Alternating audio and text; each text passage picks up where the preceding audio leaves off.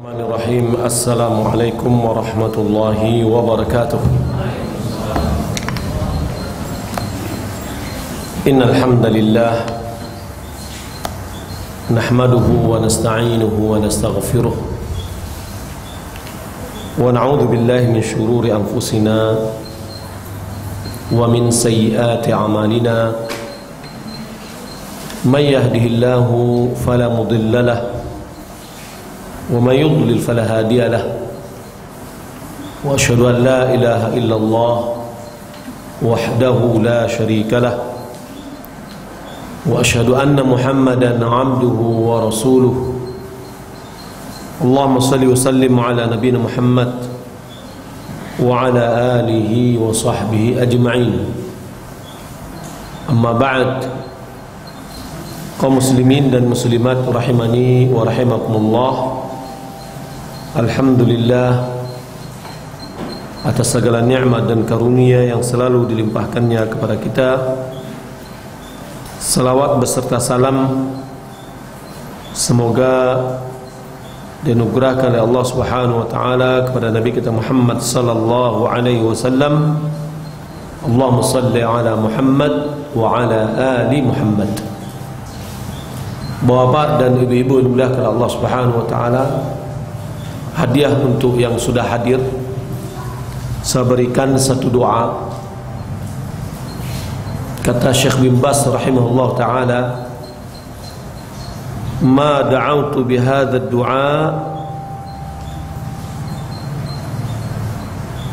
ba'da at-tashahhud al-akhir fi amrin 'asirin illa tayassar.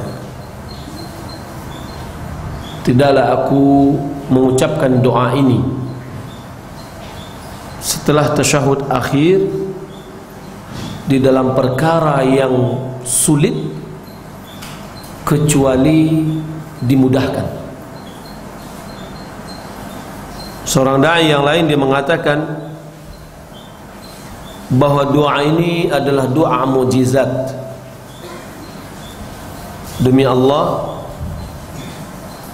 kapanpun Anda berdoa dengan doa ini bisidqin, dengan jujur, dengan sungguh-sungguh, wa anta fi ma'zaqin, Anda dalam kondisi krisis, illa waja'al faraju min haitsu la ta'lam, kecuali datang solusi dari sisi yang tidak pernah Anda kira-kira. Apa doanya? Hasbunallahu sayu'tinallahu min fadlihi inna ilallahi raghibun. Saya ulangi, hasbunallahu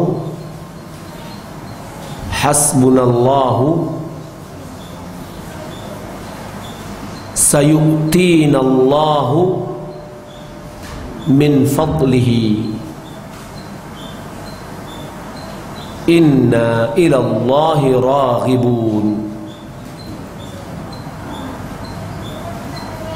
Ukarrir, saya ulangi, hasbunallahu sayu'tinallahu min fadlih inna ilallahi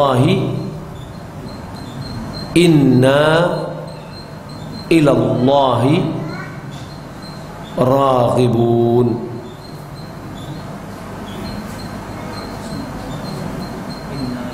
Inna, sesungguhnya kami, ilallahi raghibun.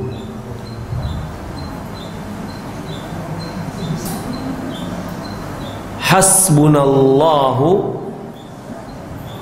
sayu'tinallahu min fadlihi inna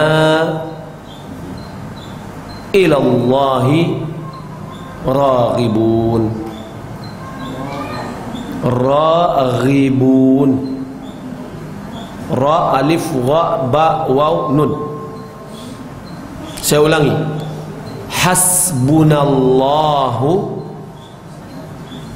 sayu'tinallahu min fadlih. Inna ilallahi raghibun. Ma makna? Artinya apa? Hasbunallah, cukuplah Allah bagi kami. Wa may yatawakkal 'ala Allah fahuwa hasbuh. Siapa yang bertawakal kepada Allah, Allah akan mencukupkannya.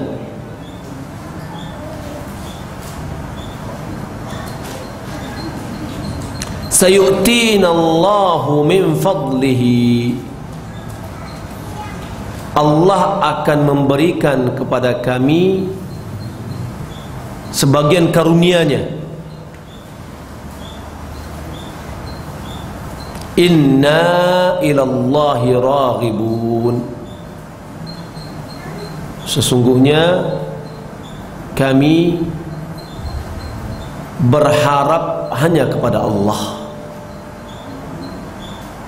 Sesungguhnya kami hanya kepada Allah berharap. Dalam doa ini ada mungkin 3 poin yang bisa kita ambil. Yang pertama, ketika kita mengucapkan hasbunallah, kita telah menyerahkan diri kepada Allah. Siapa yang bertawakal dan menyerahkan diri kepada Allah, Allah akan mencukupkannya. Bagaimanapun juga kondisi seorang, sulitnya seseorang, jika Allah Subhanahu wa taala telah mencukupkannya, akan Allah mudahkan urusannya. Yang kedua, sayu'tinallahu min fadlihi. Allah akan memberikan kepada kita sebagian karunia-Nya. Ungkapan ini ungkapan yakin bahwa Allah akan memberikan kepada kita. Dan di sini ya, siapa yang mau berdoa kepada Allah, hendaklah dia yakin bahwa Allah akan memenuhi doanya. Dan kita tutup, inna ilallahi raghibun. Hanya kita berharap kepada Allah Subhanahu wa taala, bukan kepada yang lain. Apapun permasalahan, berapapun bobotnya, kesulitannya, jenis-jenisnya, di mana kehidupan kita tidak akan pernah luput dari menghadapi permasalahan. Maka hendaklah kita memperbanyak membaca doa ini. Kata Imam bin Baz rahimahullah ta'ala, bahwa tidaklah aku mengucapkan doa ini setelah tasyahud akhir, ya, dalam perkara yang berat, fi amrin asirin illa tayassar, kecuali urusan itu dimudahkan. Mudah-mudahan bonus ini bermanfaat bagi yang lebih dahulu datang, ya. Kalau rugi kalau yang terlambat datang. Insyaallah mudah-mudahan bonus yang lain dalam ya pertemuan yang lain insyaallah akan kita berikan. Baik. Kaum muslimin dan muslimat rahimani wa rahimakumullah, kita lanjutkan pembahasan kita tentang kitab tauhid. Qala al-muallif Muhammad bin Abdul Wahhab At-Tamimi, bab la yuqalu assalamu ala Allah في الصحيح عن ابن مسعود قال كنا إذا كنا مع النبي صلى الله عليه وسلم في الصلاة قلنا السلام على الله من عباده السلام على فلان وفلان فقال النبي صلى الله عليه وسلم لا تقولوا السلام على الله فإن الله هو السلام رواه البخاري ومسلم. Bab pembahasan janganlah diucapkan salam sejahtera atau salam terhadap Allah. Dalam hadis yang sahih yang dikeluarkan oleh Bukhari dan Muslim dari Ibnu Mas'ud, yakni Abdullah bin Mas'ud radhiyallahu anhu, dia mengatakan, kami dahulu jika kami bersama Nabi sallallahu alaihi wasallam di dalam solat, kami mengucapkan assalamu ala Allahi min ibadah, salam terhadap Allah dari hamba-hambanya, assalamu ala fulanin wa fulan, salam sejahtera kepada fulan dan fulan. Faqala Nabi sallallahu alaihi wasallam, lalu Nabi sallallahu alaihi wasallam bersabda, janganlah kalian mengucapkan assalamu ala Allah, salam terhadap Allah, fa innallaha huwas salam, sesungguhnya Allah itulah namanya assalam.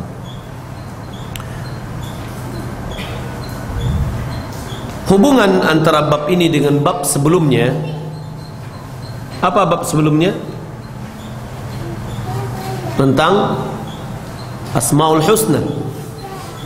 Bab qawlihi atau bab qawlillahi ta'ala walillahil asmaul husna fad'uuhu biha wa dharil ladzina yalhiduna fi asma'ih, dan seterusnya. Sujzauna ma kanu ya'malun. Dalam bab ini kita menunjukkan bahwa seorang mukmin yang bertauhid hendaklah dia beradab dengan Allah Subhanahu wa taala dalam nama-nama Allah Subhanahu wa taala, karena nama Allah itu adalah husna. Makna husna adalah nama yang indah, yang sampai kepada puncak keindahan. Tidak ada lagi puncak keindahan lebih dari itu. Dari mana makna terkandung di dalamnya dengan nama husna? Karena yang pertama, makna dari nama-nama itu adalah indah. Yang kedua, setiap nama itu memiliki sifat. Maka setiap nama yang makna sifat itu betul-betul ada pada Allah Subhanahu wa taala. Allah Subhanahu wa taala namanya Al-Karim, bahwa Allah Subhanahu wa taala betul-betul memiliki sifat karam, kemuliaan. Allah Subhanahu wa taala namanya Al-Alim, yang maha mengetahui. Betul-betul Allah itu mengetahui segala-galanya. Berbeda dengan nama, jika nama yang baik itu diberikan kepada manusia, contohnya Al-Karim, namanya Karim, bagus, maknanya mulia, tapi dia pelit, berarti nama yang dimiliki tidak cocok dengan karakter yang dimiliki oleh yang memiliki nama. Tapi Allah Subhanahu wa taala, nama dan sifat yang dikandung pada zat Allah sesuai.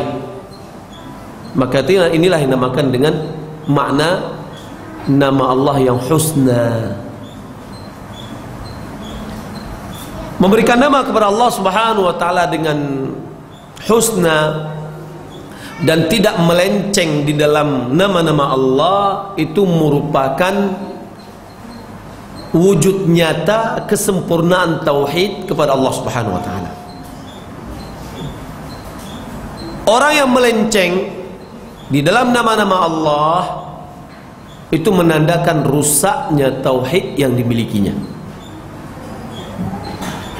Nah, datang bab yang baru bagi kita, bab janganlah dikatakan kepada Allah assalamu ala Allah, salam kepada Allah Subhanahu wa taala. Artinya tidak mengucapkan assalamu ala Allah merupakan bagian dari memuliakan nama-nama Allah yang baik, merupakan bentuk pengagungan terhadap nama-nama Allah yang baik, merupakan bentuk berilmu dengan nama-nama Allah yang baik. Kenapa? Karena assalamu huwa Allah, yang salam itu adalah Allah Subhanahu wa taala. Artinya assalam min asma'ihi, assalam itu dari nama-nama Allah Subhanahu wa taala. Apa maknanya? Assalam al-muttasifu bis-salamatil kamilati min kulli naqsin wa aibin wa huwa al-munazzahu wal mub'adu an kulli afatin wa naqsin wa aibin falahul kamalul mutlaqu fi dhatihi wa sifatihi dzatiyyah wa sifatihi al-fi'liyyah jalla wa ala. Maknanya bahwa Allah bersifat dengan selamat, keselamatan yang sempurna dari setiap kekurangan dan aib. Yani Allah selamat, tidak memiliki sedikit pun dari kekurangan dan aib.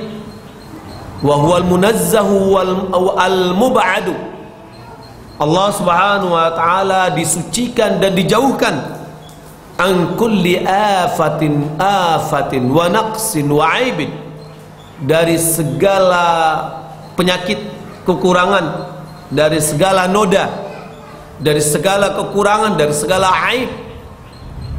Falahul kamalul mutlaq fi dzatihi, Allah memiliki kesempurnaan yang mutlak, yang absolut, ya, pada zat Allah Subhanahu wa taala. Wa fi sifati dzatiyah, Allah memiliki sifat yang sempurna, kesempurnaan yang mutlak di dalam zat, dalam sifat-sifatnya dzatiyah, sifat-sifat zatnya, wa sifatihil fi'liyah, di dalam sifat-sifat perbuatannya. Sifat Allah, perbuatan Allah, semuanya maha sempurna.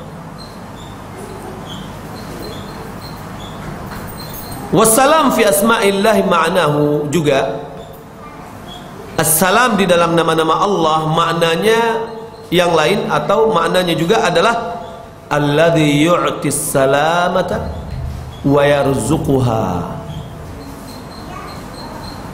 Allah suci, bersih dari setiap kekurangan dan aib pada zatnya, pada sifatnya, sifat zatiyah atau sifat fi'liyah. Yang kedua, Allah Subhanahu wa taala memberikan keselamatan, menganugerahkan keselamatan kepada makhluknya.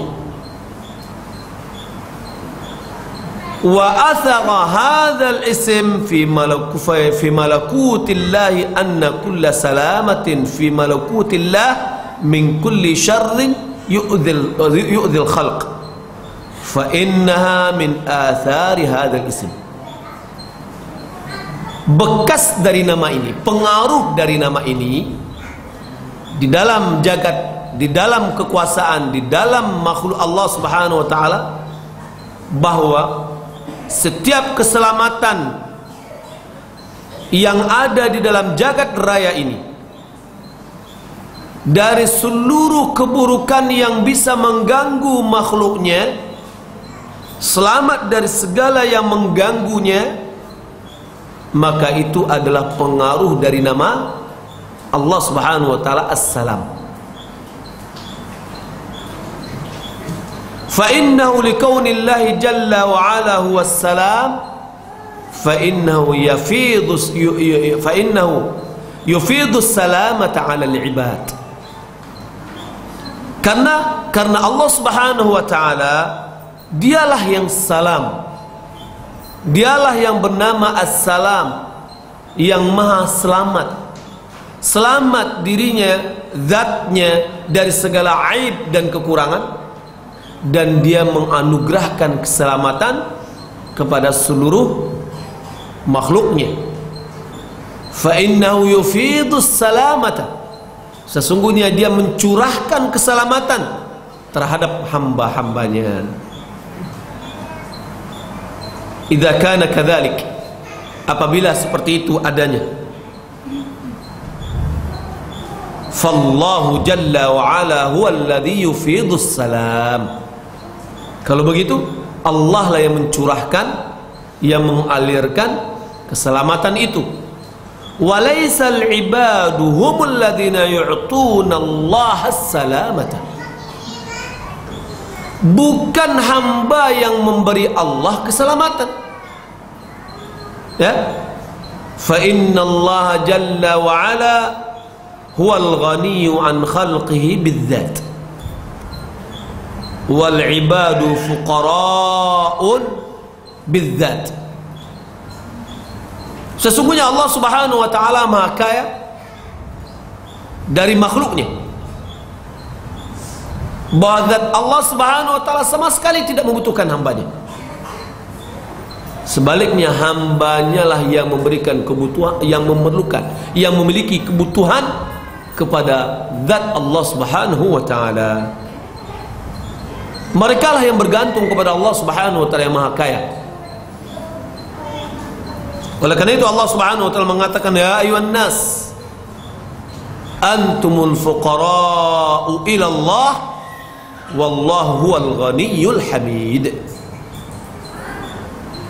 Wahai manusia, kalianlah orang-orang yang bergantung, yang membutuhkan kepada Allah, sementara Allah dialah yang maha kaya.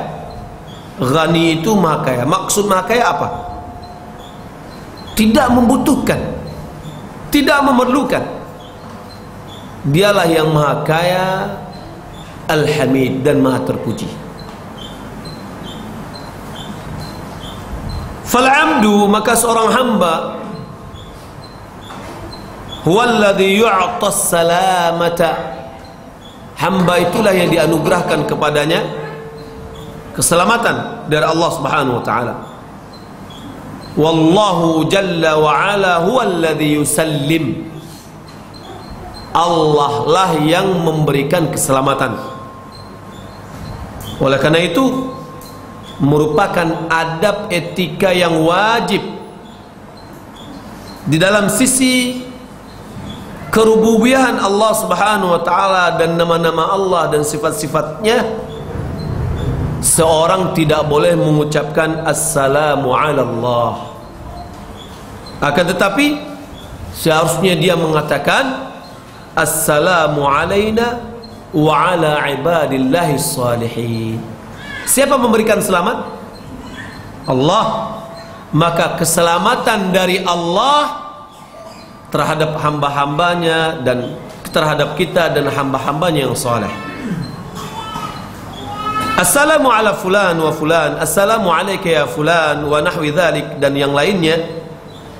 Maka dalam kondisi ini kita berdoa untuk orang yang kita mengucapkan salam kepadanya dengan berharap agar diberikan berkah melalui nama Allah Subhanahu wa taala As-Salam, atau antahilla alaihi salamatu, atau antahilla alaihi salamatu, agar keselamatan ada pada dirinya. Jadi Ketika kita mengucapkan assalamualaikum, assalamu alayka misalkan, kita memohon kepada Allah keberkahan, keselamatan dari nama Allah yang namanya adalah Assalam. Maka dengan demikian tampak jelas bagi kita hubungan bab ini dengan bab sebelumnya. Apa bab sebelumnya? Bab sebelumnya adalah tentang pembahasan Asmaul Husna. Ya, di antara Asmaul Husna adalah Assalam. Ketika seorang beradab dengan Allah Subhanahu wa taala, maka dia tidak termasuk orang yang melenceng dari asma Allah Subhanahu wa taala. Ya. Adapun bab ini hubungannya dengan kitabut tauhid, pembahasan tauhid, fa ya annal adaba ma'a asma'illahi jalla wa ala wa sifatihi alla yukhataba bihadzal khitab wa alla yuqala assalamu ala Allah lianna fi hadha naqsan fi tahqiq at-tauhid. Ya, hubungannya antara bab ini dengan kitab tauhid karena beretika, beradab dengan nama-nama Allah dan sifat-sifatnya, agar jangan kita mengucapkan ucapan seperti ini, jangan kita mengungkapkan ungkapan seperti assalamu ala Allah, karena di dalam ucapan seperti itu terdapat atau mengandung unsur pengurangan atau kekurangan terhadap terwujudnya tauhid yang sempurna. Fatahqiq at-tauhidul wajib alla tuqalu hadhil kalimah. Mewujudkan kadar tauhid yang wajib, janganlah seseorang mengungkapkan ungkapan seperti ini.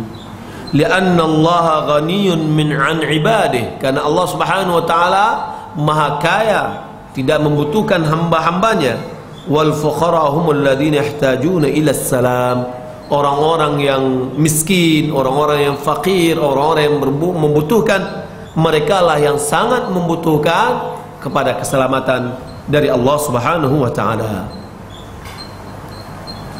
Adapun hadis Nabi sallallahu alaihi wasallam yang dicantumkan oleh Syekh, yang dikeluarkan oleh Imam Bukhari dan Muslim,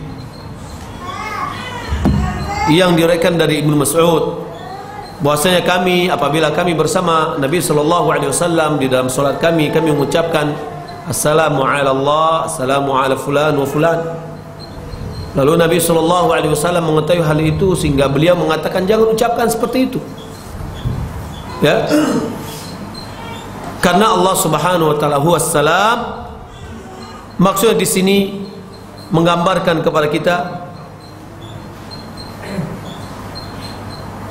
mereka mengucapkan ucapan tadi sementara mereka adalah orang yang bertauhid, orang yang mengetahui hak Allah Subhanahu wa taala. Namun mereka mengira bahwa ucapan selamat tadi, ucapan kehormatan tadi tidak mengandung makna yang disebutkan. Maka mereka hanya sebatas menjadikan ucapan itu adalah ucapan kehormatan, ucapan selamat saja, tanpa memiliki makna yang lebih luas. Wa tahiyyatu fi hadhihi syari'ati murtabitatun bil ma'na. Ucapan selamat di dalam agama atau dalam syariat ini sangat erat hubungannya dengan kandungan makna yang ada di dalamnya. Wa hadzal ma'na wa in kana sahihan min haitsul qasd. Makna ini walaupun secara maksud dan tujuannya adalah baik, lakinnahu laisa bisahihin min haitsul lafz. Akan tetapi dia tidak benar dalam ditinjau dari sisi lafaz. Lianna hadzal lafzu lianna lafaz ini la yajuzu min jihati anna Allah jalla wa ala huwas salam. Secara sisi lafaz tidak boleh diungkapkan, karena Allah lah yang namanya salam. Ya, kama qala Nabi sallallahu alaihi wasallam, sebagaimana yang diungkapkan oleh Nabi sallallahu alaihi wasallam. Wal ibad, dan hamba-hamba Allah ini adalah musallamun, orang yang diselamatkan. Saya harap yang punya HP untuk merekam di offline kan, agar jangan mengganggu. Ya, kalau tidak cukuplah nanti dengan minta rekaman dari radio bisa. Musallamun artinya Allah lah yang menyelamatkan mereka, dan Allah yang menganugerahkan atau mengalirkan keselamatan kepada mereka yang mereka membutuhkan, ya, terhadap keselamatan dari Allah Subhanahu wa taala. Bukan mereka yang memberi keselamatan kepada Allah Subhanahu wa taala. Maka makna assalamu ala Allah seakan-akan dia mengatakan keselamatan diberikan kepada Allah dari hambanya. Ya, maka tidak diragukan lagi makna yang seperti ini adalah makna yang batin. Ya, dan ini merupakan bentuk yang jelek dalam beretika yang seharusnya kita lakukan terhadap asma wa sifat. Karena di dalam sisi rububiyah Allah Subhanahu wa taala Maha kuasa untuk memelihara kita, Maha kuasa memberikan keselamatan. Dari sisi nama dan sifat-sifat, Allah mengandung sifat itu, dan Allah memiliki namanya, nama As-Salam. Maka tidaklah layak dan tidaklah boleh bagi kita untuk mengatakan Assalamu ala Allah, karena ini merupakan bentuk ketidaketikaan kita kepada Allah Subhanahu wa taala. Oleh karena itu Nabi sallallahu alaihi wasallam melarang mereka dengan mengatakan la taqulu assalamu ala Allah fa inna Allah wassalam. Larangan ini litahrim. Apa artinya litahrim? Larangan ini adalah larangan pengharaman.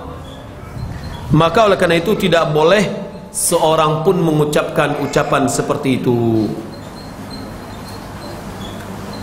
Assalamu ala Allah, salam kepada Allah, artinya tadi adalah seakan-akan keselamatan terhadap Allah, dan ini berkonsekuensi pelecehan terhadap rububiyah Allah Subhanahu wa taala.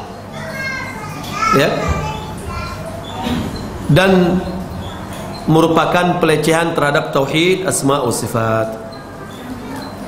Kalau demikian, maka makna dalam ungkapan seorang yang mengucapkan salam adalah assalamu alayka ya fulan, assalamualaikum warahmatullahi wabarakatuh, yang dia merupakan ucapan selamat orang mukmin di dunia dan di akhirat. Tahiyatum yauma yalqaunahu salam. Sebagian ulama dia mengatakan maknanya kullu ismin lillahi jalla wa ala alaikum, yani ismus salamu alaikum, yani maksudnya setiap nama milik Allah atau setiap keselamatan yang itu adalah nama dari Allah diberikan kepada kalian. Fayakunu dzalika tabarrukan bi asma'illah.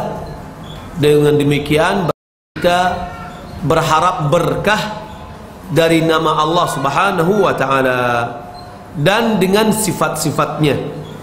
Fa ismus salamu alaikum, yani nama assalamu alaikum, yani ismullahi alaikum, nama Allah terhadap kalian. Fa yakunu bidzalika, maka jadilah semuanya sebagai tabarruk, mengharapkan berkah dari segala nama-nama Allah Subhanahu wa taala, di antaranya adalah nama As-Salam. Maka ini sangat cocok dengan sebelumnya, walillahil asmaul husna fad'uuhu biha. Allah memiliki nama-nama yang baik, maka berdoalah dengan nama-nama itu. Ketika kita berharap berkah dengan menyebutkan nama-nama Allah Subhanahu wa taala, itulah kita berdoa dengan nama Allah Subhanahu wa taala. Adapun makna yang lain yang dikatakan oleh sebagian ulama bahwa anna qaulul qail assalamu alaikum warahmatullah, ucapan seorang yang mengatakan salam terhadap kalian dan kerahmatan dan rahmat Allah terhadap kalian, yakni assalamatul lati ishtamala alaihi ism yani assalamu alaikum nas'alullah yafidhaha alaikum aw an yakuna al-ma'na kullu salamatin alaikum minni fa innaka lan tajida minni illa as-salama wa hadha yasduqu hina tunakkiru fataqulu salamun alaikum warahmatullahi wabarakatuh, yakni kullu salamatin minni sata'tik. Mana diantaranya seakan-akan ketika kita mengucapkan assalam, ya, assalamu alaikum, maknanya keselamatan yang itu meliputi nama dari Allah Subhanahu wa taala dicurahkan kepadamu. Seakan-akan kita memohon kepada Allah, ya Allah, curahkanlah terhadap kami, ya, atau terhadapmu, yakni orang-orang yang kita jadikan, yang kita mengucapkan salam kepadanya, curahkanlah keselamatan darimu. Atau juga maknanya kullu salamatin alaikum minni, setiap keselamatan terhadap kalian datang dariku, yakni dari Allah Subhanahu wa taala. Maka ini akan semakin jelas setiap keselamatan itu dengan ucapan salamun alaikum dalam bentuk nakirah, ya, segala keselamatan itu datang dariku, yakni dari Allah Subhanahu wa taala, yang akan dicurahkan kepadamu. Jadi boleh kita mengucapkan assalamu alaikum, boleh juga salamun alaikum warahmatullahi wabarakatuh, ya. Baik, kaum muslimin dan muslimat yang dimuliakan oleh Allah Subhanahu wa taala, dalam hal ini ada catatan penting, yaitu annahu yanbaghi li kulli talibil ilmi bal kulli aqilin bi'amatin idza nataqa bi kalamin an yatabayyana ma ma'na hadzal kalam. Oleh karena itu sepantasnya bagi setiap talibil ilmi, orang menuntut ilmu, malah setiap yang berakal dari kebanyakan orang, ya, hendaklah jika dia menuturkan satu ungkapan, jelas baginya makna dari kata-kata tersebut. Fakaunu yasta'milu kalaman la ya'ni ma'nahu hadha minal 'aib. Dia mengucapkan ungkapan sementara dia tidak paham apa yang diungkapkan, maka ini merupakan, ya, satu aib, ya. Idh laysa min akhlaqir rijali aslan an yatakallamu bi kalamin la ya'una ma'nahu. Bukan merupakan sifat seorang laki-laki, ya, jika mereka berbicara sementara dia tidak tahu apa maknanya, ya. Fayati bi kalamin thumma yanqudhu fi fi'lihi aw fi qawlihi. Dia mengucapkan satu ungkapan, tahu-tahunya perbuatan atau ucapan yang lain menyelisih apa yang telah diungkapkannya. Kenapa? Karena dia tidak tahu apa yang diungkapkannya. Hadza laysa min af'alil ladzina yaqilun. Ini adalah perbuatan bukan perbuatan orang yang berakal. Fadlan an yakuna min af'ali ahli ilmi, apalagi perbuatan orang yang berilmu, atau talabatul ilm, atau penuntut ilmu, alladzina ya'una 'anillahi jalla wa ala syar'ahu wa dinah, yang mana mereka memahami dari Allah syariat dan agamanya. Ada enggak orang kita seperti itu? Banyak. apalagi di dalam tulisan-tulisan di baju. Ada yang kadang-kadang tulisan di baju itu bahasa Inggris, maknanya kotor, ya. Tapi karena dia bahasa Inggris bangga, ya. Apalagi sekarang ini banyak di antara kita, atau bukan kita mungkin yang hadir sini, kaum muslimin membawa salib di dalam sholat. Betul atau tidak? Hah? Enggak. Buktinya, kalau ketika dia sholat membawa baju olahraga, baju sepak bola, ya, klub-klub Eropa, tidak lepas dari syiar-syiar atau bendera-benderanya dari salib. Jadi itu yang mereka bawa. Dan ini adalah fenomena yang kita lihat tidaklah baik. Masa kita campur adukkan antara kita sholat sementara kita bawa salib, ya? Maka perlu kita perhatikan hal ini. Walaupun anak kita suka dia dengan baju-baju olahraga, ya, hampir semuanya baju olahraganya, ya, tidak luput dari itu. Pertama, baju kita jadikan sebagai promosi orang. Kita beli juga. Kalau gratis, ya, mungkin masih mending. Tapi ini tetap kita beli. Kalau seandainya ada yang punya usaha seperti itu, tukarlah, ya, dengan mau tulisan juga, misalkan Rai FM, ya, sekalian promosi, ya, Darah Iman dan yang lainnya sekalian promosi, ya, orang juga beli baju juga. Nah, jadi hindari hal-hal yang seperti itu, atau hindari dari ungkapan-ungkapan yang kita bawa kemana-mana sementara kita tidak tahu maknanya, atau ungkapan-ungkapan yang sering kita ucapkan sementara kita tidak tahu maknanya. Ada nggak diantara kita yang tahu? Sebagai contoh lah, gitu. Ada yang sering diucapkan oleh orang tapi maknanya, ya, tidak diketahui oleh orang itu apa maknanya. Ada nggak diantara kita yang hadir pada saat ini? Baik. Kalau nanti ada, ingat, silakan disebutkan, ya. Maka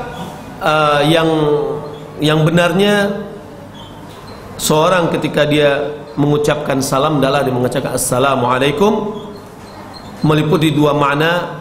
Yang pertama, tabarruk bi kulli ismin min asma'illah,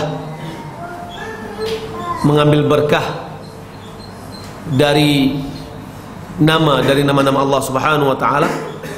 Dan di sini bertabaruk dengan nama Allah As-Salam, yang mana pengaruh dari nama itu adalah keselamatan yang diberikan kepadamu, baik di agamamu maupun di duniamu. Fahuwa du'aun laka bisalamati fid din, ya. Assalamualaikum warahmatullahi wabarakatuh itu adalah ucapan doa selamat terhadap kita di dalam agama kita. Wa fid dunya, di dunia kita.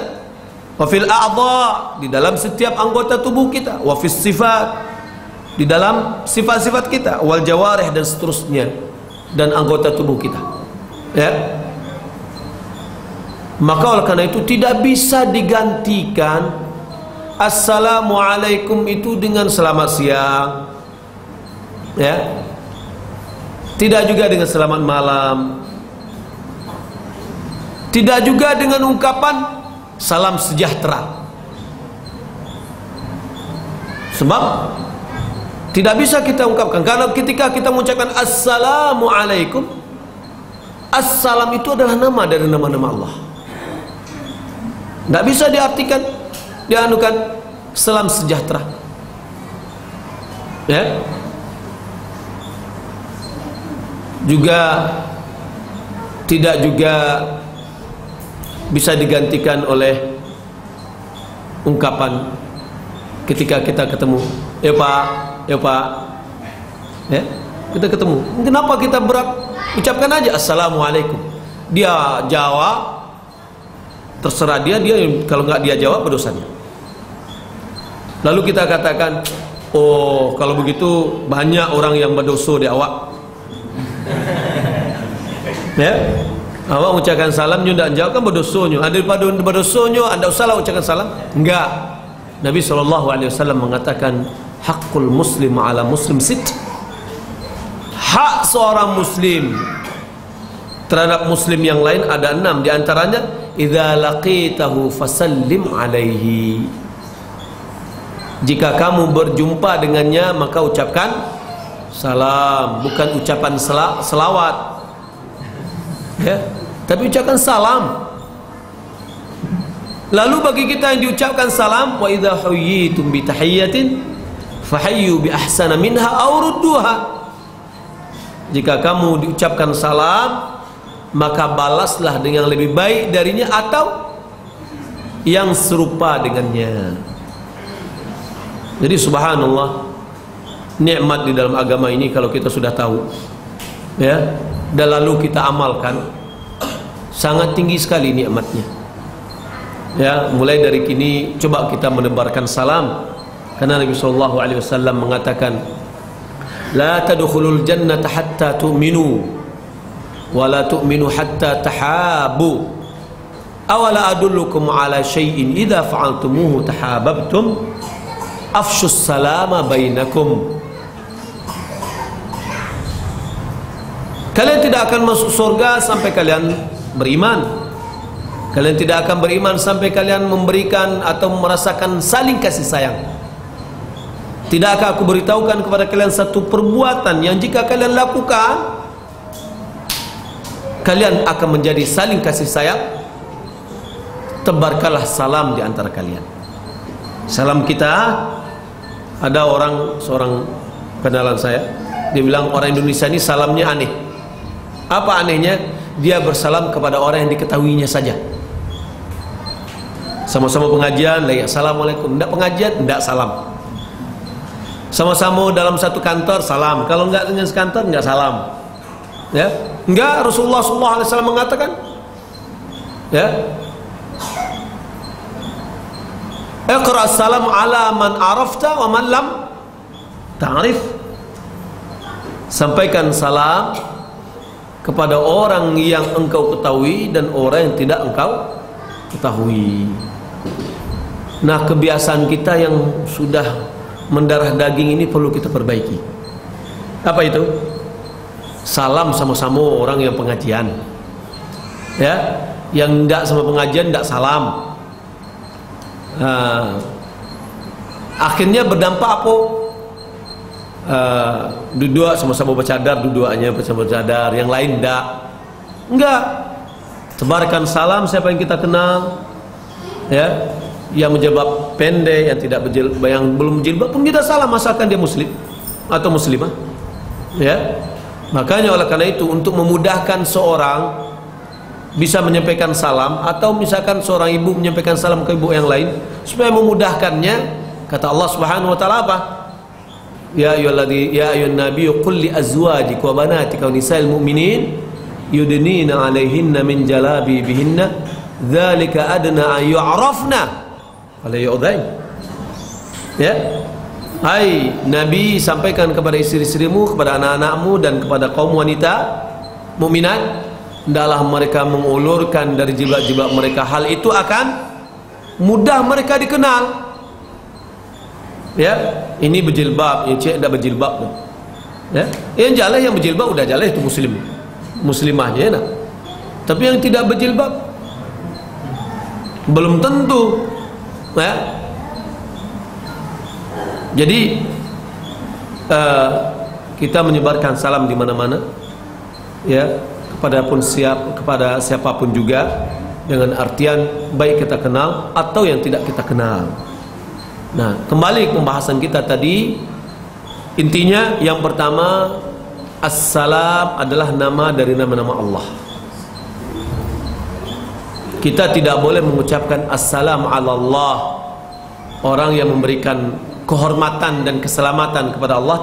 Tidak boleh, karena itu merupakan bentuk kurang beretikanya kita di dalam asma dan sifat Allah Subhanahu wa taala, dan itu merupakan bentuk kekurangan kita di dalam tauhid. Yang kedua, makna assalam, assalamualaikum, maknanya ada dua. Yang pertama, kita memohon berkah dengan nama Allah Subhanahu wa taala agar diberikan keselamatan, ya. Yang kedua, bahwa kita berdoa kepada Allah agar Allah memberikan keselamatan kepada orang yang kita mengucapkannya.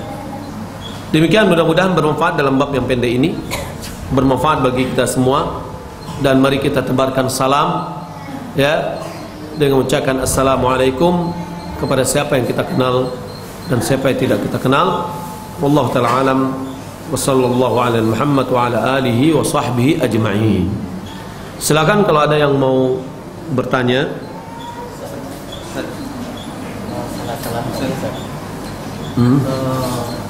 Untuk orang yang tidak kita kenal, nanti kalau sekiranya orang yang tidak kita kenal itu adalah bukan muslim, gimana? jatuhkan hukum asal. Kalau di daerah yang mana banyak Islamnya, ya udah dia masuk kepada aghlabiyah, kepada yang dominan.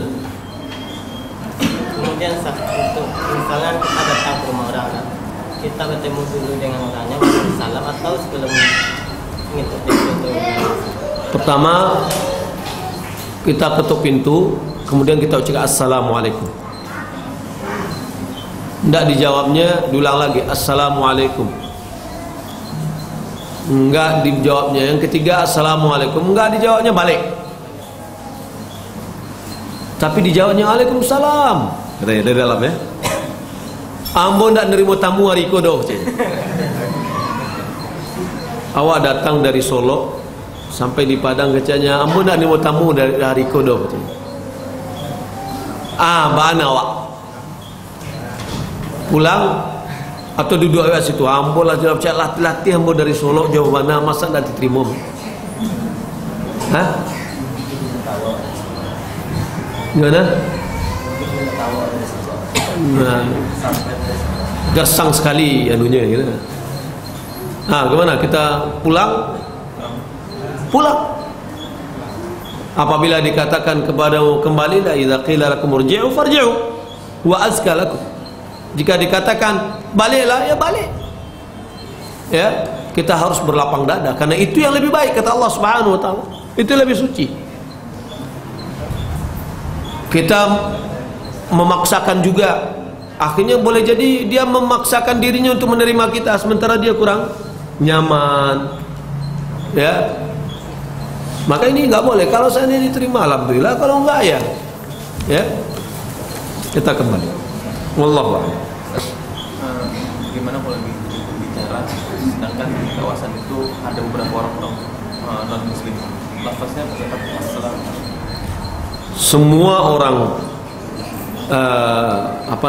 semua orang Kristen non muslim, di dalamnya ada 3 orang Islam. Assalamualaikum warahmatullahi wabarakatuh. Untuk orang muslim aja, ya. Nggak perlu ditambahkan lafaz ya ayyuhal muslim.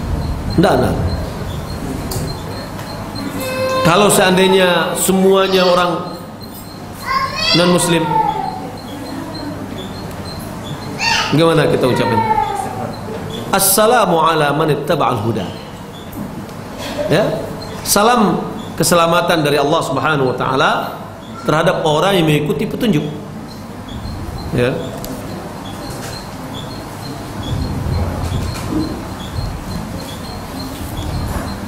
Kalau ini orangnya orang Cina misalnya ada itu namanya kan logo-logonya tuh bola-bola itu kan di depannya itu gimana? Nah itu makanya jangan, apalagi tulisan-tulisan yang kita tidak tahu. Iya. Ya nggak usah, nggak tahu kita entah apa tulisan di situ. Iya. Tadi bilangnya Anda gila misalnya kan, sulit gitu. Ya, nggak usah. Ya, makanya di sini. Apakah dalam sholat juga wajib memahami makna setiap lafaznya? Yang pertama, tidak ada yang saya pahami, tidak ada rukun sholat untuk harus paham dengan makna yang kita ucapkan. Akan tetapi seyogyanya, sepantasnya bagi seorang yang sholat memahami apa yang diucapkannya. Memahami apa yang diucapkan itu akan membantu kita sholat khusyuk. Ya. Maka oleh karena itu mau tak mau kita harus mempelajarinya. Wallahu a'lam.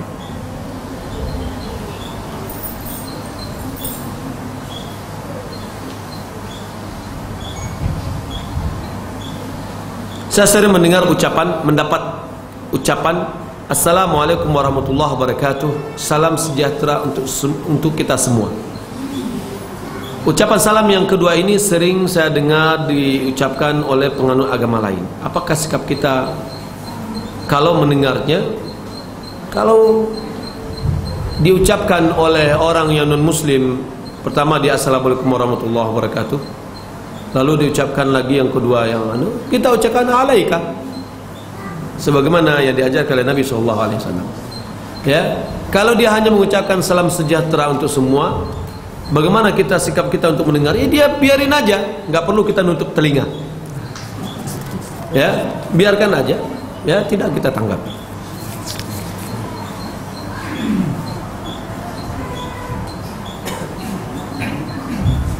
Kita merasa lebih percaya diri ketika berjumpa dengan kawan-kawan sesama pengajian jika kita mampu memelihara jenggot dan celana tidak isbal. Apakah perasaan ini termasuk uria, Ustaz? Mohon nasihatnya.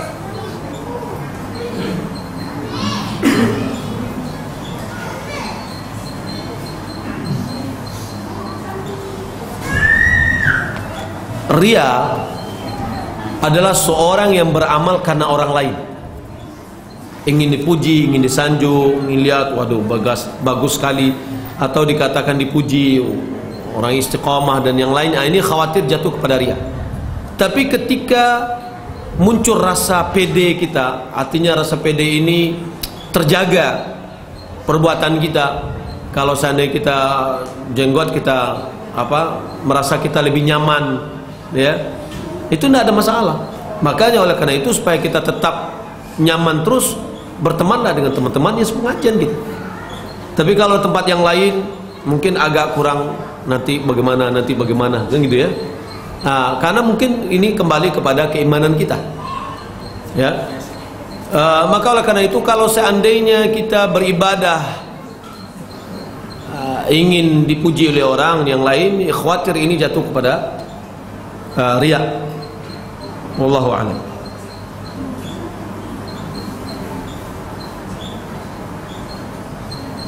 Apakah doa di khutbah kedua saat sholat Jumat merupakan doa yang perlu kita aminkan, ya Ustaz? Jika doanya adalah doa istisqa, ketika imam mendoakan Allahumma aghithna dan seterusnya, ya Allah turunkanlah hujan, atau ya Allah berhentikanlah hujan, ya, karena hujan udah seminggu, udah sampai banjir misalkan, dia berdoa kepada Allah Subhanahu wa taala agar Allah menahankan hujan dan dilimpahkan hujan itu ke lembah-lembah gitu ya, bukan menjadikan bencana, maka itu kita aminkan. Tapi kalau tidak, yang lebih utama adalah tidak kita aminkan. Kalau tidak hanya doa itu, tapi doa-doa yang biasa untuk penutupan khutbah tidak perlu diaminkan. Ustaz, mohon penjelasan tentang mengumandangkan Asmaul Husna di sekolah-sekolah, khususnya Kota Padang, sebelum pelajaran dimulai, karena di sekolah tempat anak mengajar seperti itu dikhawatirkan itu sudah bentuk ibadah, karena sudah merupakan rutin. ya, dimulai dulu sebelum acara membuka pelajaran dengan bacaan-bacaan yang seperti itu. Dikhawatirkan itu adalah jatuh kepada ibadah dan itu adalah penambahan, ya. Sebaiknya tidak kita tidak kita rutinkan. Kalau hanya dalam rangka untuk mengulangi hafalannya dalam kondisi-kondisi tertentu, lebih baik kita ulangi kepada anak-anak itu hafalan juz amanya. Ya, bulan hari ini, besok kita murajaah juz amma ini atau aja surat ini, lusa surat ini, dan seterusnya sebelum kita melaksanakan pengajaran, maka itu lebih baik.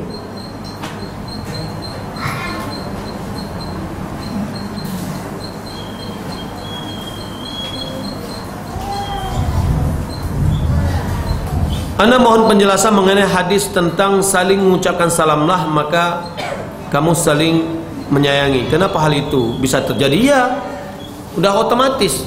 Mana yang lebih cenderung hati kita, disapa orang atau didiamin? Disapa, ya, dengan ucapan assalamualaikum. Yang pertama, kita diperintah oleh Nabi. Tidaklah diperintah oleh Nabi kecuali hal yang baik yang akan datang kepada kita. Nabi mengatakan konsep ini ada bisa mendatangkan rasa kecintaan. Ya, kalau secara logikanya tadi, orang yang menyapa lebih suka kita kepada dia daripada orang yang tidak menyapa. Wallahu a'lam. Maka karena itu seringlah menyapa. Kata ada seorang ikhwan, seorang dai keliling yang makan dulu, dia mengatakan konsep untuk hadir di satu daerah 1 bulan, 1 minggu pertama katanya kita sapa orang, setiap orang yang kita temu. Minggu kedua mereka akan menyapa kita, ya, mereka itu akan menyapa kita. Kalau minggu pertama kita yang menyapa mereka semua, setiap ketemu kita sapa, ya. Minggu kedua mereka akan menyapa kita, dan saya melihat masya Allah dia betul-betul menjalankan, ya. Nah ini bisa kita contoh. Tentang salam Ustaz, ya. Kan di masyarakat kita kan ini kadang-kadang kita menjagakan dan mengucapkan salam ke perempuan. Ini apa hukum salam ke perempuan? Ya, ini dibahas oleh ulama, apa hukum salam terhadap ikhwan ke akhwat. Hukum asal di dalam salam itu adalah masyru', disyariatkan, kecuali ada bakwan di belakang hudang atau khawatir terjadi sesuatu pada hatinya, ya. Kalau seandainya GR sendiri dia untuk salam misalkan, ya, wah ini lebih baik jangan dia salam, ya, karena fitnah lebih didahulukan. Kalau misalnya perempuannya itu kan biasa, ya, kita tidak mengerti. Ini maksudnya kita bermasyarakat gitu. Kalau bisa banyak, boleh tak? Boleh. Kalau tadi idza amanatil fitnah, apabila fitnah bisa terjaga, ibu-ibu kita assalamualaikum bu, ya nggak apa-apa, ya. Itu termasuk dalam hukum asal, asalkan fitnah itu tidak ada dampak fitnahnya. Wallahu a'lam.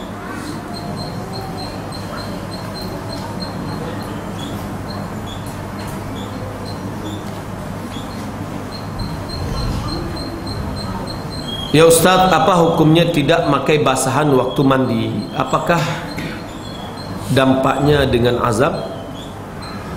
Syukran. Jika seorang mandi, ada orang lain yang mandi di sampingnya, yang di sampingnya harus pakai basahan. Karena seseorang tidak boleh auratnya dilihat oleh orang lain. Ya, seperti laki-laki mandi bareng misalkan di dalam kamar mandi umum, ya, maka hendaklah dia memakai basahan. Tapi kalau dia mandi sendirian, ya, maka boleh dia tidak mandi tidak pakai basahan. Kalau dia mandi dengan istrinya, boleh tidak mandi pakai basahan. Sebab Aisyah radhiyallahu ta'ala anha ditanya oleh Masruq tentang hukum seseorang istri atau suami melihat kemaluan istri atau suaminya. Lalu Aisyah mengatakan, aku dan Rasulullah SAW mandi bareng. Ya? Maka dengan demikian dipahami bahwa tidak ada masalah, dan berarti mandinya tidak pakai basah. Wallahu a'lam.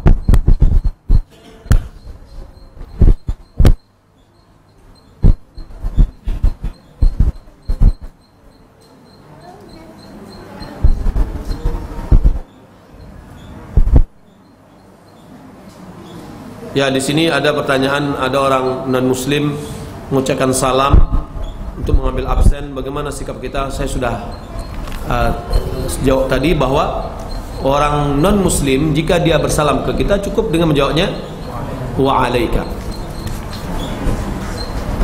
Iya, tadi sudah anukan bagaimana etikanya kita mengucapkan salam kepada akhwat dan sebaliknya, dan mana yang lebih dahulu mengucapkan salam.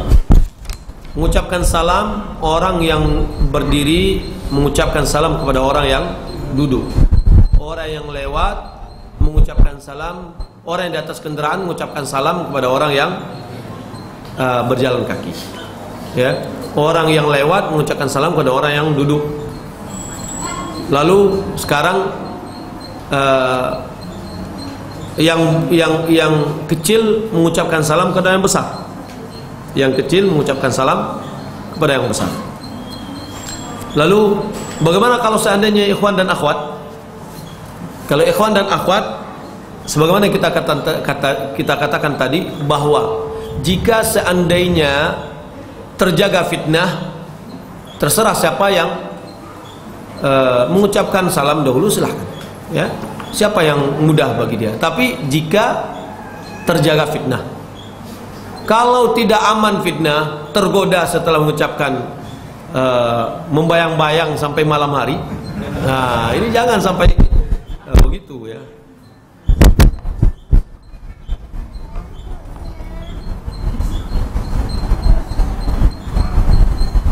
Apa kewajiban muslim dengan muslim yang lain? Tolong jelaskan, Ustaz.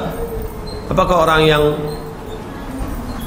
orang yang non muslim juga nah, muslim ya, dengan non muslim tidak ada haknya, kecuali kalau seandainya dia punya tetangga, maka dia adalah punya hak ketetanggaannya, ya. Hak muslim kepada muslim ada 6. Siapa yang tahu?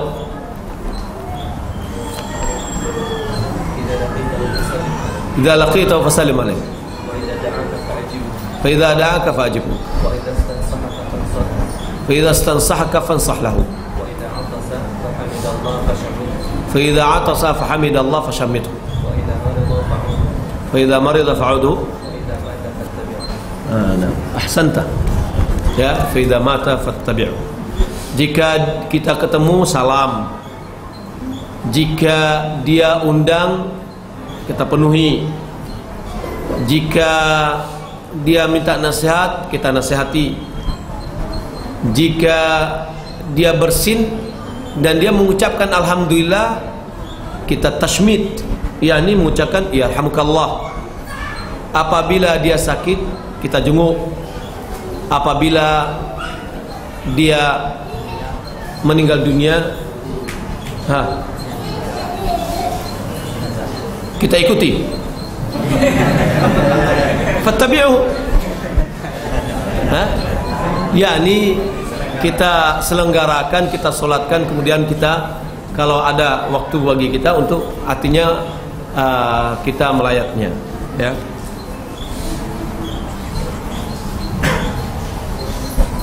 Ustaz, bagaimana dengan orang yang meminjam emas kemudian dia bayar dengan uang seharga emas, apakah boleh? Atau orang yang meminjam beras dari jenis A kemudian dia bayar dengan jenis B, apakah unsur riba di dalam hal ini?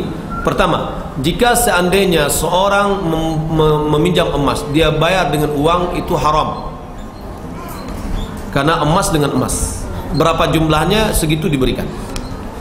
Atau ada lagi orang minjam uang tapi dihargakan dengan emas, nanti pembayarannya dihargakan dengan emas pada hari ketika pembayaran, juga adalah riba.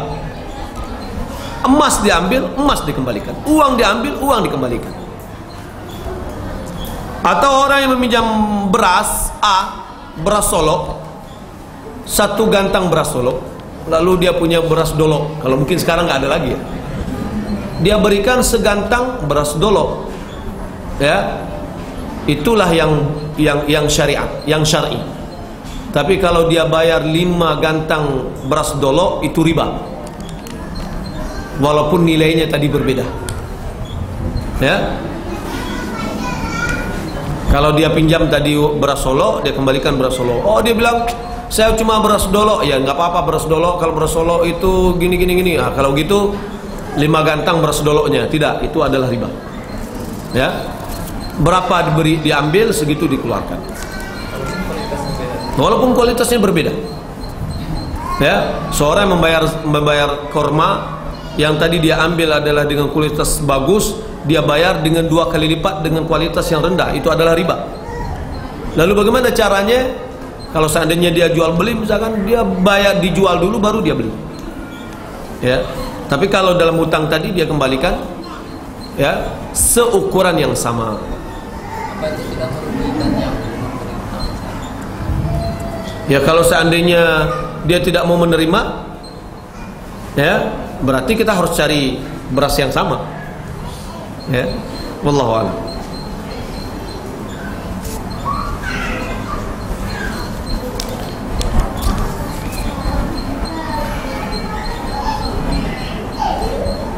Bagaimana sikap kita di dalam menghadapi pemilihan kepala daerah atau pemilihan legislatif?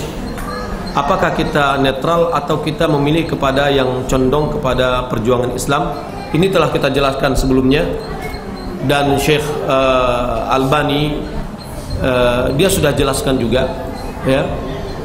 Syekh Ibn Utsaimin juga telah jelaskan bahwa pertama yang kita garis bawahi, demokrasi tidak sama dengan syura. Dalam agama kita adalah syura, bukan demokrasi. Ya, yang ada dalam agama kita adalah syura, bukan demokrasi. Nah, sekarang kita hidup di dalam negara yang menjalankan demokrasi. Nah, maka kalau kita lihat keumuman dari fatwa Syekh Ibn Utsaimin dan Syekh Albani rahimahullah ta'ala, dia melihat kepada kemaslahatan. Mana kemaslahatan yang besar? Tentu kemaslahatan ini bukan kepada pribadi, tetapi kemaslahatan kepada agama. Wallahu a'lam.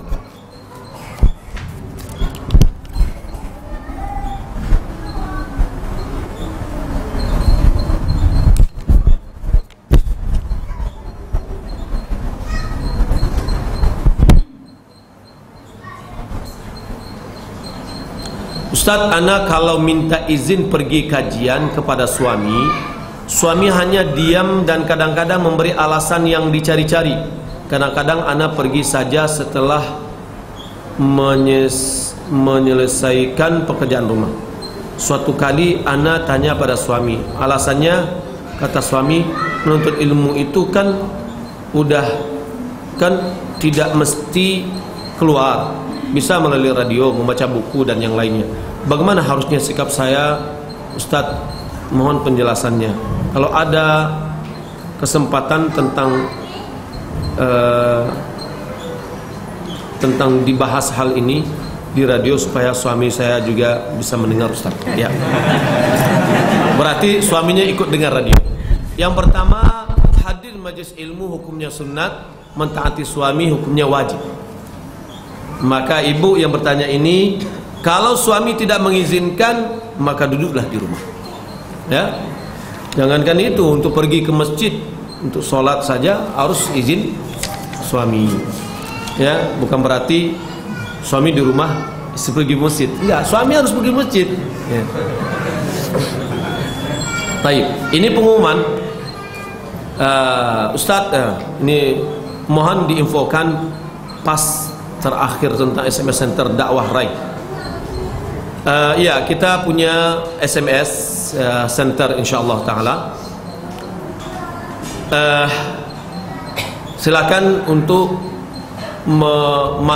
mengirimkan nomor masing-masing, atau orang yang ingin kita kirimkan kepadanya SMS yang bermanfaat atau informasi-informasi lain dengan cara ketik rek, ya, rek dakwah, pagar nama, pagar alamat, kirim ke nomor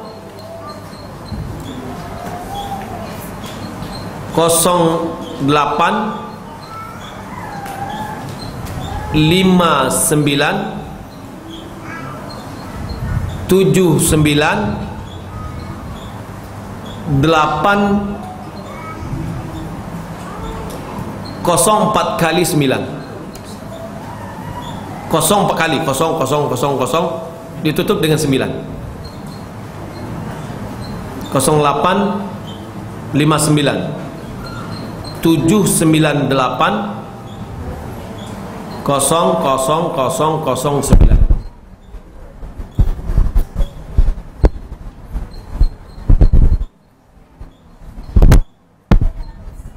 Ya, bagi kaum muslimin yang ingin menyampaikan pertanyaan juga dapat mengirimnya melalui website di radio www.radioraifm.com pada menu kirim pertanyaan.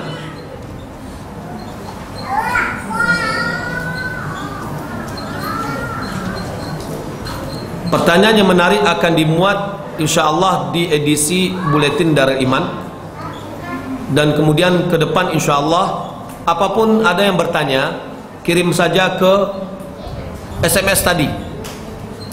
Kita akan insyaallah akan buat acara di Radio Rai khusus untuk menjawab pertanyaan saja, mulai dari awal ya 1,5 jam untuk pertanyaan aja. Mudah-mudahan ini adalah satu media yang memudahkan kita. Kadang-kadang saat ini kita ingat satu pertanyaan, tunggulah nanti kalau acara interaktif saya akan sampaikan pertanyaan, ya. Pada saat itu lupa, atau nantilah kalau pengajian saya akan sampaikan pertanyaan, lupa, ya. Maka silakan kirim ke nomor 0859798004 kali 9, ya. Dikirimkan pada saat kita ingat, dikirimkan SMS, insyaallah bermanfaat.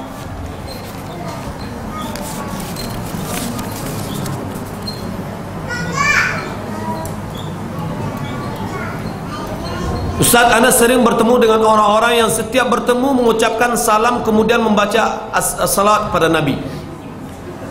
Syukuran. Ya, lalu pertanyaannya apa nih? Ya, pertanyaannya, salawatnya tidak ada syariatnya. Kalau dia salam, assalamualaikum, kita jawab waalaikumsalam. Tapi kalau dia berjabat tangan, ya, kemudian dia mengucapkan Allahumma shalli ala Muhammad, Allahumma shalli ala Muhammad, ya. Kalau dia jabat tangan, kita sambut jabat tangannya, bilang, Pak, ucapkan assalamualaikum, Pak, ya, karena itu yang disyaratkan.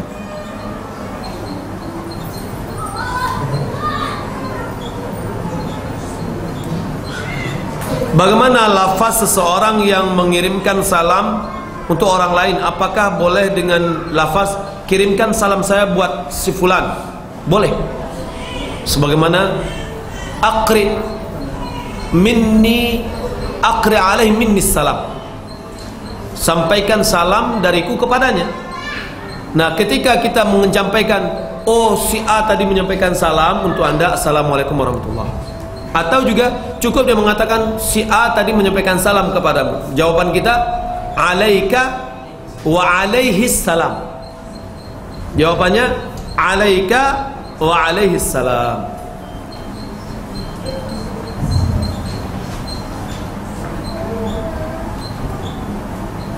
Bagaimana adab mengirim SMS? Apakah lebih baik didahului dengan salam? SMS itu apa artinya? Short message apa tadi? Service. Sudah bilang short, ya. Kalau seandainya assalamualaikum panjang, ya, kirim aja apa yang kita inginkan karena pesan pendek. Tapi jangan dipendek-pendekkan as, ya, dan yang lain. Kalau kita mau tidak kita ucapkan juga tidak apa-apa, insyaallah. Tapi di telepon sekarang ada orang yang menelpon. Siapa yang menyampaikan salam? Yang menelpon atau yang menerima telepon?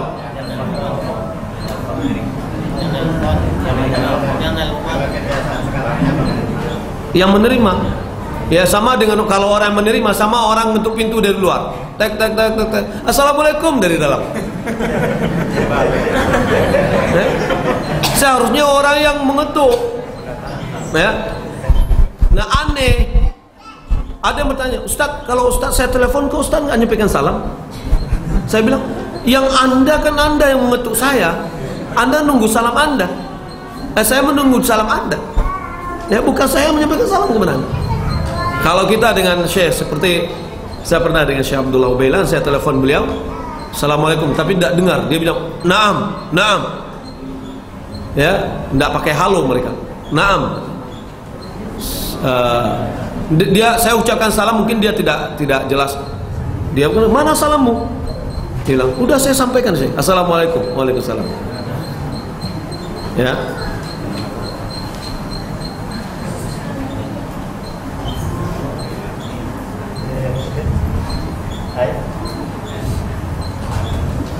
Ustaz, ada hadis yang saya baca, taatilah keduanya.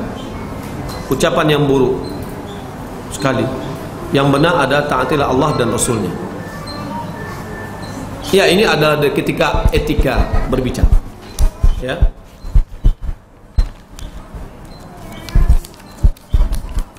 Baik.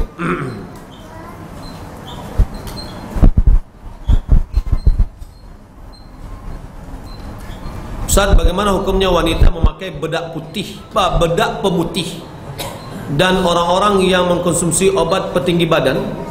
Ya nggak apa-apa. Jika dia lakukan itu adalah untuk suaminya atau calon suaminya.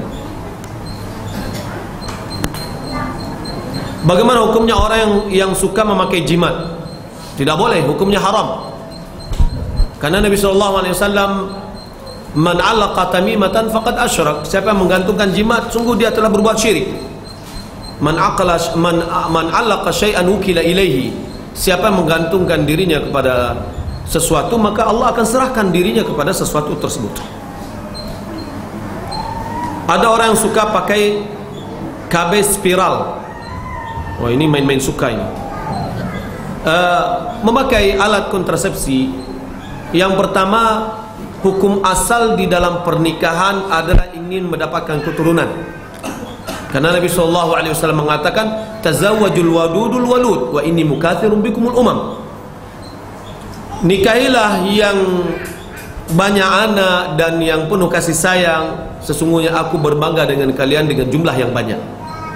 Maka seorang yang mau menikah, udah punya anak banyak dari istri yang pertama, pengen nikah lagi untuk punya anak yang lain, itu termasuk bagian dari yang diinginkan oleh Rasulullah SAW.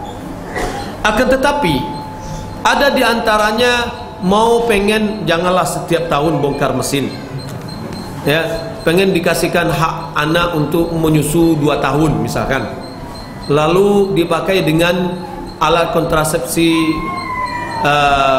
untuk pengatur jarak. Maka ini di antara fatwa dan lajnah daimah juga mengatakan bahwa berdasarkan kepada hadis azal. Hadis azal itu adalah, maaf, suami istri yang berhubungan kemudian ditumpahkan maninya di luar agar tidak terjadi pembuahan. Maka sebagaimana Jabir bin Abdullah, kunna na'zal wal Qur'anu yanzil. Kami melakukan azal sementara Al-Quran turun, dengan artian bahwa kalau seandainya itu adalah perbuatan yang dilarang, tentu datang larangan dari Allah dan Rasulnya.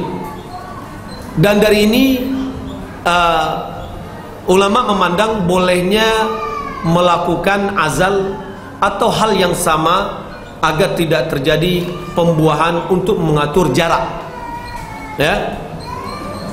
Adapun untuk membatasi anak cukup 2, 3 dan seterusnya, dia cukupkan, maka itu tidak boleh, karena bertentangan dengan tujuan pernikahan. Maka dengan demikian, alat kontrasepsi yang bisa mendatangkan kemandulan, dengan istilahnya permanen, hukumnya adalah haram. Walaupun sang ibu divonis oleh dokter dia tidak boleh melahirkan lagi, maka cukup dia memakai alat kontrasepsi yang tidak menjadikan dia mandul. Kenapa? Karena ilmu dokter itu terbatas, dan penyakit boleh jadi akan dihilangkan oleh Allah Subhanahu wa taala. Ya, kalau seandainya dia sudah memakai alat yang sudah permanen, ya berarti dia sudah melakukan satu tindakan yang menyelisih apa yang maksud dari pernikahan. Wallahu alam. Dalam memakai alat kontrasepsi, Syekh Ibnu Utsaimin mensyaratkan dua. Yang pertama, izin dari suami. Yang kedua, alatnya tidak menjadikan mandul atau permanen.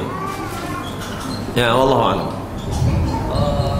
Bagaimana dengan perkataan wanita bahwa anak sedikit itu menjadikan anak yang berkualitas lebih utama daripada anak yang banyak. Sementara berbangga.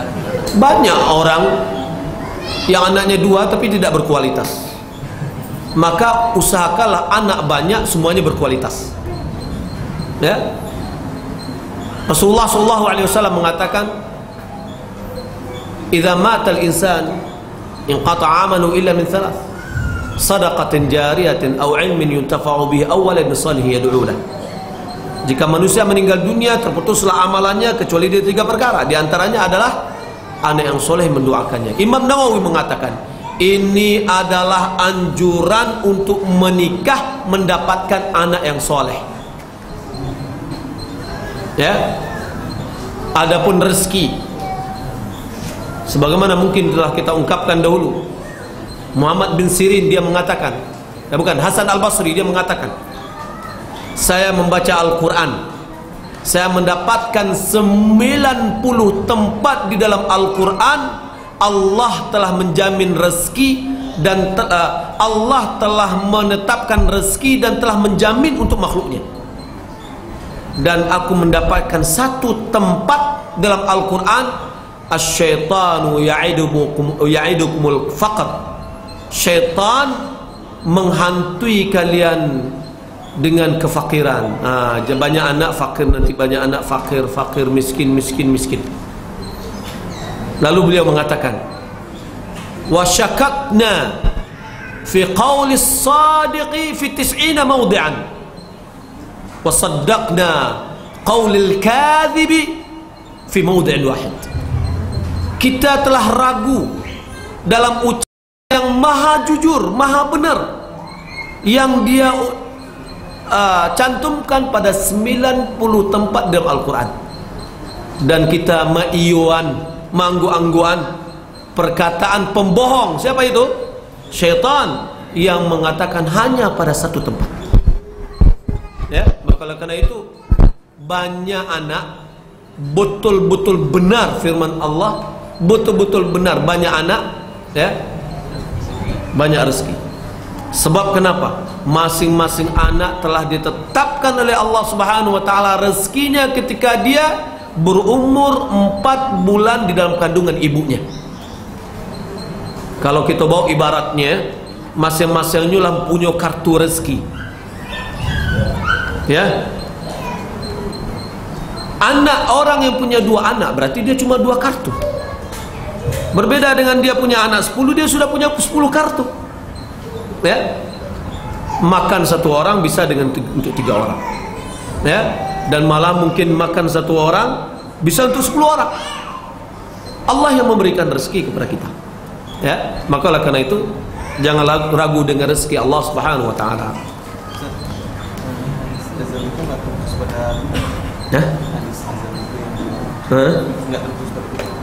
Tidak terbuka, enggak. Umum.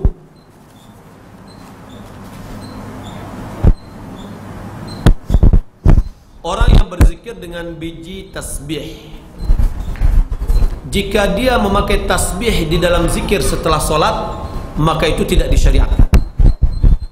Tapi kalau dia memakai di luar dari yang ditetapkan zikir-zikir waktu-waktu tertentu, artinya zikir bebas, sebagian pandangan ulama mengatakan boleh. Ya, Allah Ta'ala alam.